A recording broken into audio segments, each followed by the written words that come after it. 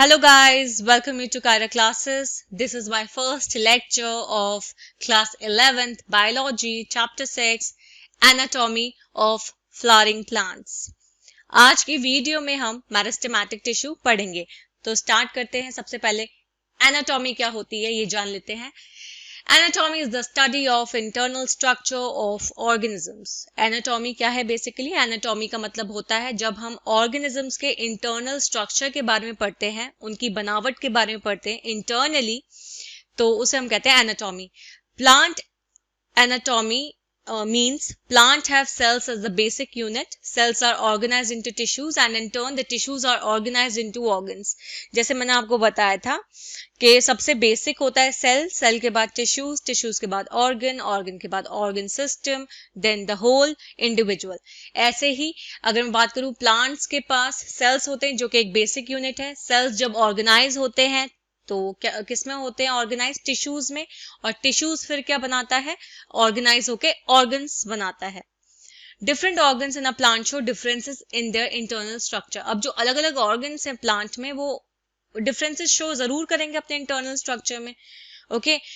Angiosperms में monocots और dicots जो हैं वो एनाटॉमिकली डिफरेंट दिखते हैं. अगर हम उनका इंटरनल स्ट्रक्चर देखें मोनोकॉट और डाइकॉट का, जो कि मोनोकॉट और डाइकॉट सीड्स हैं, वो बेसिकली क्या होती है? एनाटॉमिकली डिफरेंट होती हैं. मतलब जो इनका इंटरनल स्ट्रक्चर है वो डिफरेंट होता है. Now the tissues. टिश्यूज क्या होता है? एक ग्रुप ऑफ सेल्स जिनका एक कॉमन ओरिजिन हो और वो एक कॉमन फंक्शन परफॉर्म करते हो. तो टिश्यू मतलब क्या होता है? सेल्स का ग्रुप जो एक ही ओरिजिन से आए हो और जिनका फंक्शन क्या हो? कॉमन हो. एक ही फंक्शन वो परफॉर्म कर रहे हो. प्लांट जो है वो अलग अलग तरह के टिश्यूज से मिलकर बना होता है. टिश्यूज जो है वो मेनली दो ग्रुप्स में क्लासिफाइड है. पहला है मेरिस्टेमेटिक टिश्यू और सेकंड है permanent tissues. Classification is based on whether the cells being formed are capable of dividing और नॉट. अब ये जो क्लासिफिकेशन है, ये जो दो मेन ग्रुप्स में क्लासिफाई किया गया है टिश्यूज को, तो ये क्लासिफिकेशन किसके बेसिस पे था कि क्या सेल्स जो है वो डिवाइड करने के काबिल हैं या डिवाइड करने के मतलब लायक नहीं है. क्या वो डिवाइड कर सकते हैं बेसिकली या डिवाइड नहीं कर सकते हैं. तो उस पे क्लासिफिकेशन बेस्ड था और वो दो मेन ग्रुप्स में क्लासिफाइड हुआ फिर टिश्यूज. पहला है मेरिस्टेमेटिक टिश्यू एंड सेकंड है permanent tissue. Now you can see meristematic tissue is of three types. Apical meristem जो apex पे होगा, intercalary meristem and the last one is the lateral meristem. Meristematic tissues देख लेते हैं हम. Growth in plants is largely restricted to specialised regions of active cell division called meristems.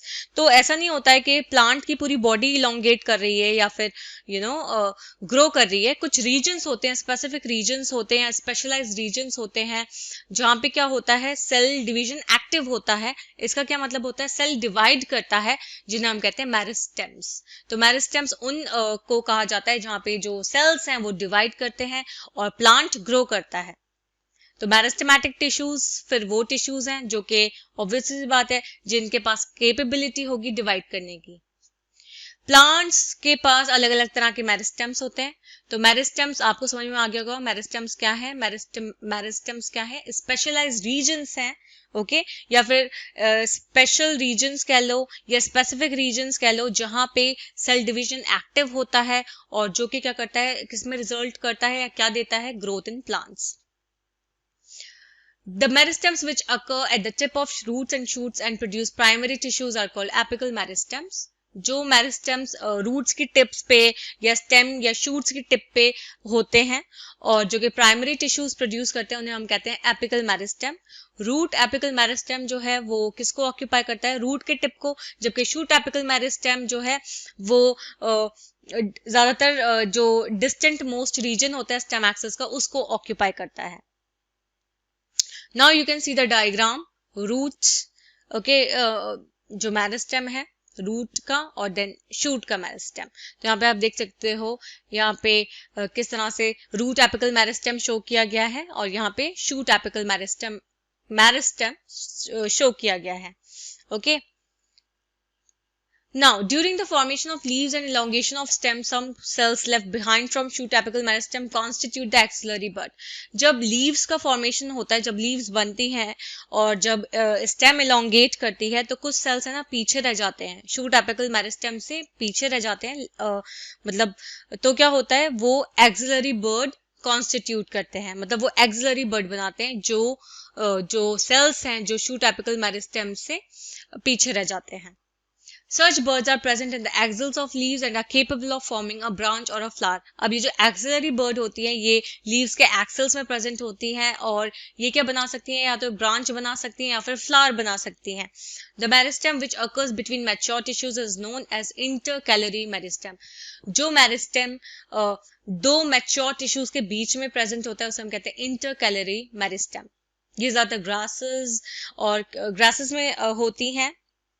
Okay, intercalary meristem, और ये regenerate करती हैं उन parts को जो कि जो ग्रेजिंग हर्बीवोर्स हैं, जो मतलब घास वास खाने वाले जो हर्बीवोर्स हैं, ओके, तो उनसे जो पार्ट जो है, जो वो पार्ट रिमूव हो चुका है, ओके, तो वो पार्ट रीजनरेट हो सकता है इंटरकैलरी मेरिस्टेम के through.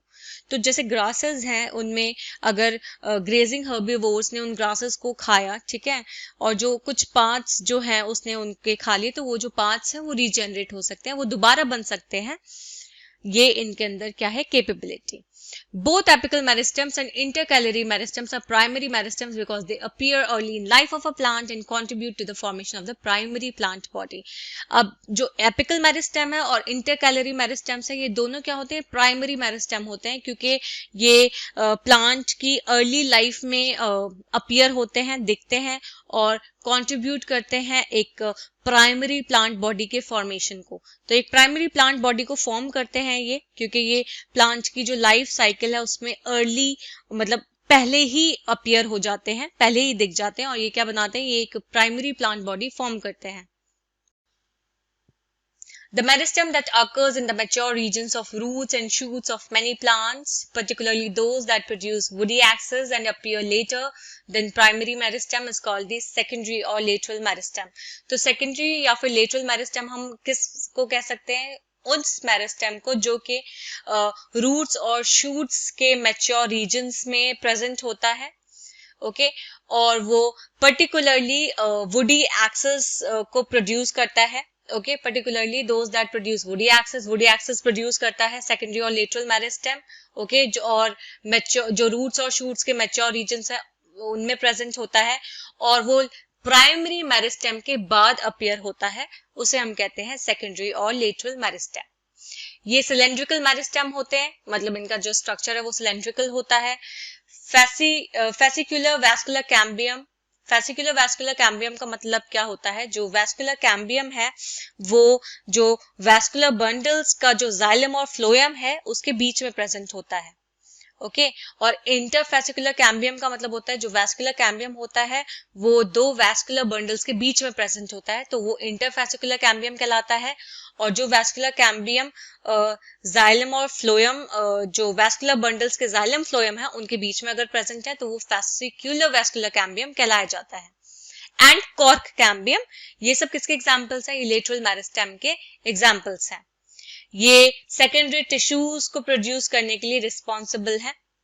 Following division of cells in both primary and as well as secondary meristem, the newly formed cells become structurally and functionally specialized and lose the ability to divide. Such cells are termed permanent or mature cells and constitute the permanent tissues. अब ये जो divisions है cells के, जो primary और secondary meristems में, उससे क्या होता है, नए cells बनते हैं जो कि structurally और functionally क्या होते हैं, specialized होते हैं, okay? और ये डिवाइड करने की जो एबिलिटी है उसको लूज कर देते हैं. तो जो प्राइमरी और सेकेंडरी मेरिस्टेम्स में जो डिवीजन होते हैं उससे क्या होते हैं, नए सेल्स बनते हैं, और ये जो नए सेल्स होते हैं वो स्ट्रक्चरली और फंक्शनली क्या होते हैं, स्पेशलाइज्ड होते हैं, और ये अपनी एबिलिटी जो होती है डिवाइड करने की उसको लूज कर देते हैं. उन सेल्स को हम कहते हैं परमानेंट या फिर मैच्योर सेल्स, और जो टिश्यूज होते हैं उन्हें हम कहते हैं इन्हीं को परमानेंट टिश्यूज. तो परमानेंट और मैच्योर सेल्स क्या कॉन्स्टिट्यूट करते हैं, परमानेंट टिश्यूज को कॉन्स्टिट्यूट करते हैं. आज की वीडियो में बस इतना ही। आई होप आपको वीडियो समझ में आई हो। नेक्स्ट वीडियो में हम परमानेंट इश्यूज को कंटिन्यू करेंगे। Thank you for watching and please subscribe my channel for more videos. Thank you.